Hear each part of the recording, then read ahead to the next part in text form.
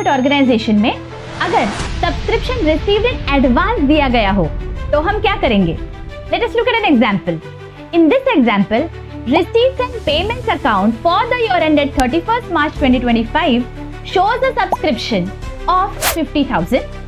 Opening balance sheet में दिया गया है subscription received in advance as on 31st March 2024 is 10,000 और adjustment में हमें बोला गया है subscription received in advance as on 31st March 2025 is 15,000.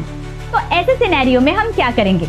Now बच्चों, ऑलवेज रिमेंबर, जो इनकम एक्सपेंडिचर होता है that belongs to the current year.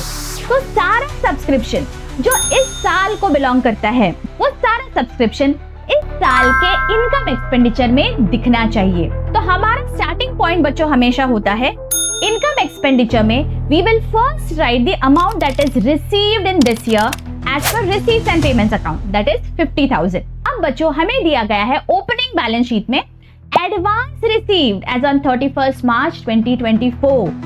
अगर पिछले साल में हमें कुछ एडवांस मिला है that means that subscription belongs to the current year and that is why we will add 10,000 in this year's income expenditure.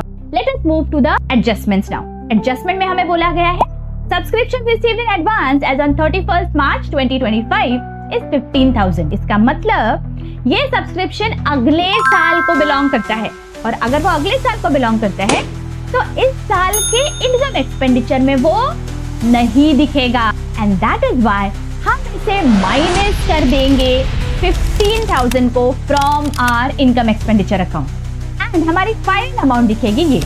और इस एडजस्टमेंट का सेकेंड इफेक्ट आएगा बच्चों, because this is an income that we have received in advance, it is our obligation. So it will appear in the balance sheet on the liabilities side, subscription received in advance 15,000.